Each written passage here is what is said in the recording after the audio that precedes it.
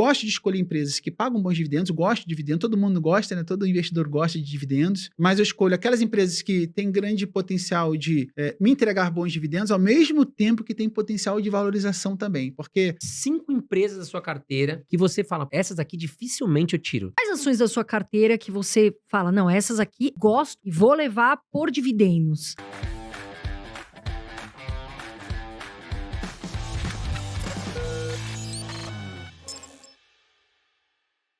Entrando um pouquinho agora no mundo dos investimentos, sim. qual o perfil de investidor do Bruno hoje? Como é que você diversifica os seus investimentos?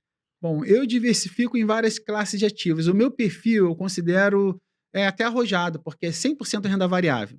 Só que tem um detalhe, a minha carteira de investimentos é uma carteira para aposentadoria.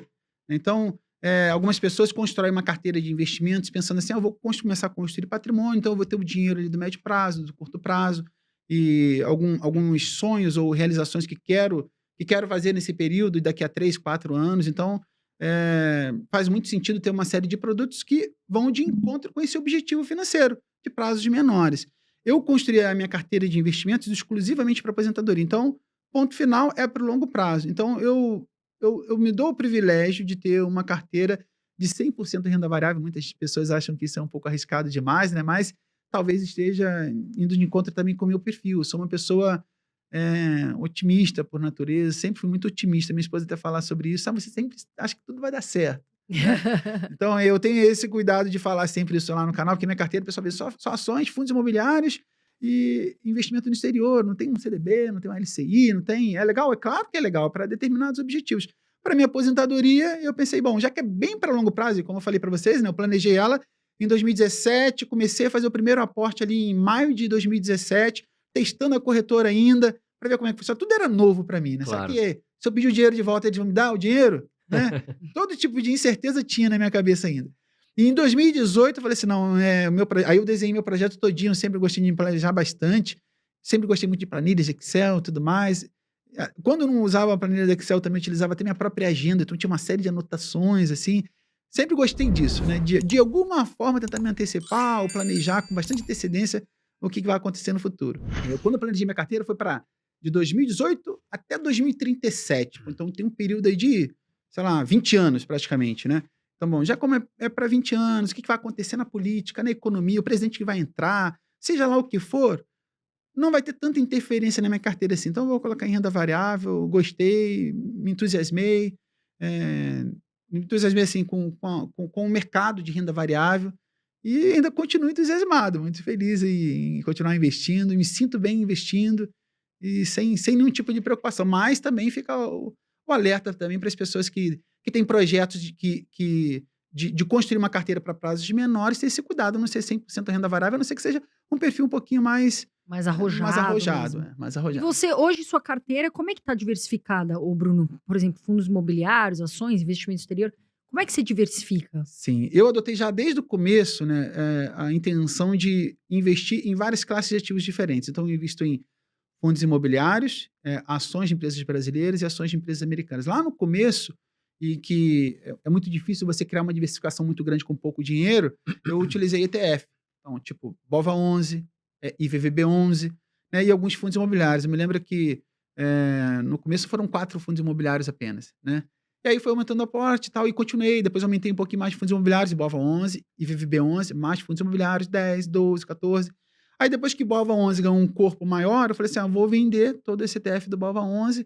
Também já tinha estudado mais, já tinha aprendido mais, tinha mais maturidade em relação ao mundo da renda variável e das ações. Falei, tá na hora de vender BOVA11 e comprar ações individualmente. Então, hoje, meu patrimônio, né, minha carteira está assim. Muitas ações de empresas brasileiras, muitos fundos imobiliários, né, e o ETF VV11 para dolarizar essa parte da carteira. Então, basicamente assim. 5 empresas da sua carteira que você fala, putas, essas aqui dificilmente eu tiro. Eu gosto demais dessas 5 ações. Olha, como eu falei, né, eu não sou grande apaixonado por ações, né? Então, eventualmente, eu vou ter uma empresa na minha carteira e não vou pensar 2 vezes antes de vender. Isso acontece desde sempre. Inclusive, a Petrobras, que eu gosto bastante, eu já vendi. E estou sempre comprando. Isso acontece também com fundos imobiliários. Eu não sou muito apegado a esses ativos porque eu vejo, tá uma oportunidade interessante, então eu vou comprar. Mas, opa, deixou de ser interessante por um momento, ou um período de realização de lucro, um bom momento para vender, e eu gosto dela, depois eu compro de novo quando baratear, né? Mas, assim, empresas que eu poderia manter por um bom tempo, e inclusive mantenho já um bom tempo na minha carteira, é a Vale, a Gerdau, a Petrobras.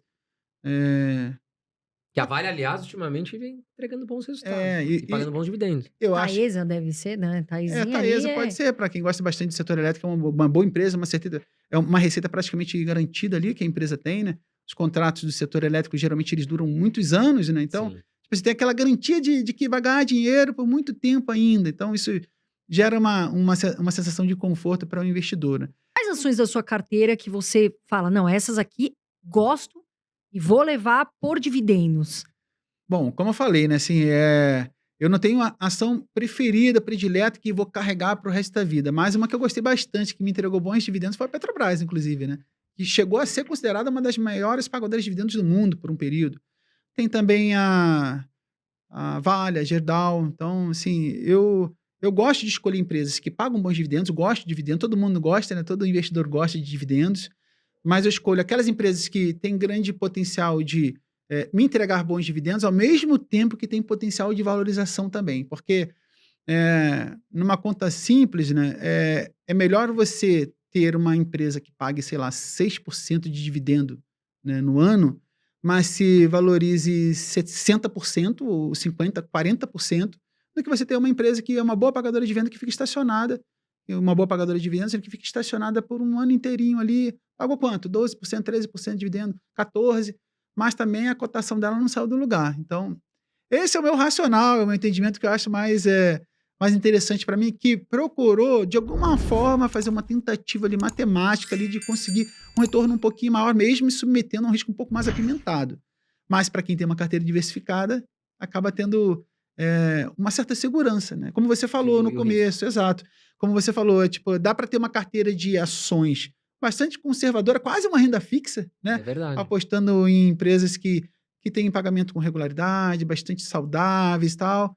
Não, você talvez não espere assim, uma grande valorização, mas dá para ter uma carteira assim, dá para ter uma carteira um pouquinho mais agressiva, com empresas, tipo assim, ninguém está apostando nela, não, mas eu estou vendo potencial, vou apostar, ainda mais porque é 2% do meu patrimônio, 3% do meu patrimônio, que não vai comprometer o resultado se as outras desempenharem bem. Exatamente, né? Então, tendo essa consciência de que você pode se submeter a um risco maior porque tem grande diversificação. Tem muita gente que critica nessa postura de muita diversificação. Eu gosto da diversificação porque me dá um sono tranquilo. E para 2024, Bruno, quais são as perspectivas para a economia na visão do Bruno? Temos aí Selic para cair, tudo isso. O que você acha que vai acontecer com a Bolsa aí? E os investimentos em 2024? Sim. Em 2024, assim, especificamente em 2024, então a gente já remete novamente a um prazo muito curto. Então, a única certeza que a gente tem em relação a 2024 é de que existe muita imprevisibilidade, né, de primeira mão. Mas eu ainda assim acredito que a Selic está realmente em uma tomada de queda constante. Isso vai continuar acontecendo em 2024 e os fundos imobiliários vão se destacar ainda mais. Então, assim, parece bastante promissor o ano de 2024. Pode ocorrer de que a bolsa continue caindo por um período, andando de lado? Pode, mas isso é ruim para quem quer comprar ações para daqui a 10 anos? Não acho que é ruim. Então, quer dizer, mesmo que em 2024, né, essa previsão, tentativa de previsão, que não é de fato uma previsão, eu sei que existe uma certa imprevisibilidade e incerteza, mesmo que não ocorra uma grande valorização em 2024, ainda vai se mostrar um ótimo cenário para começar. Na verdade, o melhor dia para começar foi ontem, né? Exato. É isso aí. Os investidores têm que pensar assim, né? De que o melhor dia para investir é ontem, né? De construir patrimônio e não se preocupar tanto com o que vai acontecer se tal presidente entrar, o que vai acontecer se isso acontecer. Calma, não é para isso que você está investindo, né? Conduza o seu barquinho aí que vai te levar até a ilha dos teus sonhos aí. Né? Quais são as questões que você analisa se essa ação vai permanecer na sua carteira ou até mesmo entrar na sua carteira ou sair? Quando é que você resolve vender uma ação, por exemplo?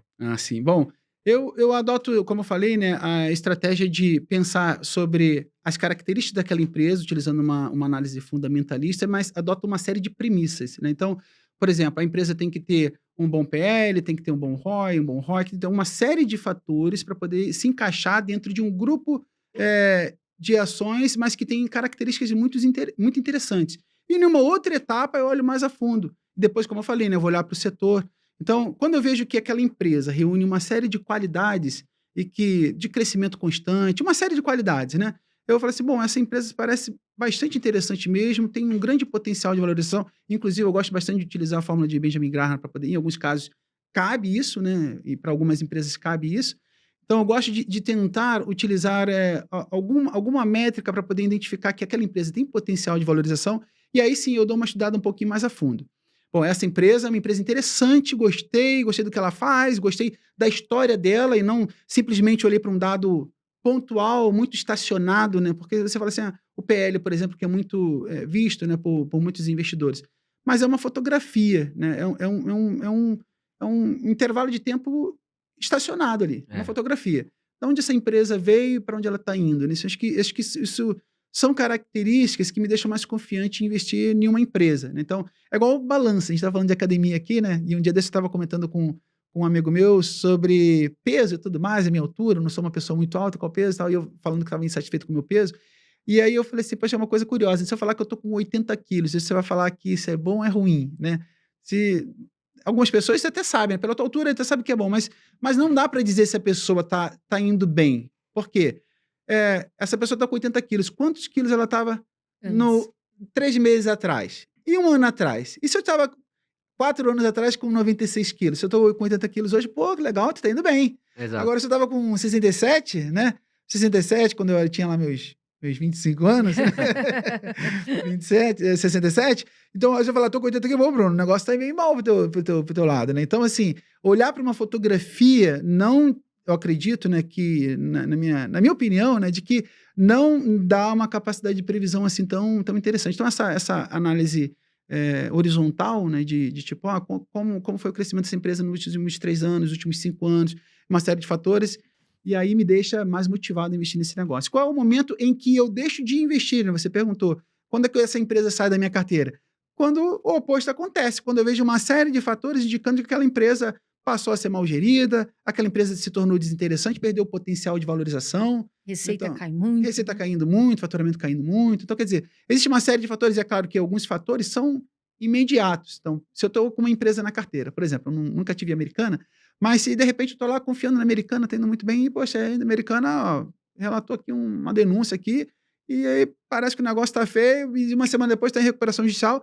Bom, e aí é um momento em que não existe nada para decidir. Eu tiro da minha carteira porque até que ela resolva alguma coisa, que essa história fique resolvida definitivamente, eu não vou colocar meu dinheiro ali, porque eu sou um investidor, eu gosto dessa visão de longo prazo, eu acho muito saudável isso, porque permite também que você tenha ganhos ao longo do tempo, né, utilizando o juro composto e tudo mais, mas eu sou um investidor pensando em um projeto que é mais importante que o projeto da empresa, sabe? A empresa é legal, mas eu sou contra essa ideia de ficar apaixonada pela empresa, ao ponto de a empresa começar a cair, apresentar mau resultado, a pessoa, eu gosto tanto dela, é uma empresa do coração, vai melhorar, isso pode ser uma grande cilada. Então, o meu projeto mais importante, mesmo me colocando na condição de sócio da empresa americana, vamos supor que eu tenha comprado ações das lojas americanas, mesmo que eu tenha me colocado no sentimento de sócio, para mim, o meu projeto mais importante é a minha tranquilidade, minha aposentadoria, a segurança da minha família, da minha esposa, aquilo que me motivou a investir. Esse é o meu projeto importante. Mais importante do que o projeto que me tornei sócio. Então, quando a empresa perde essas características, quando essa empresa parece para mim desinteressante, eu falei, tá na hora de sair, gostei bastante da experiência, foi bom enquanto durou, mas tá na hora de procurar uma outra empresa. O pessoal fica preso às vezes na empresa, né? Sim. Não, eu não vou vender. Para mim, falam muito. Porque vai melhorar. Eu entendo o otimismo. Sim. Mas a gente também tem que ser realista. Então, a Sim. gente avalia ali os dados da empresa e a gente vai vendo se faz sentido, Exato. se ela está de fato melhorando ou não.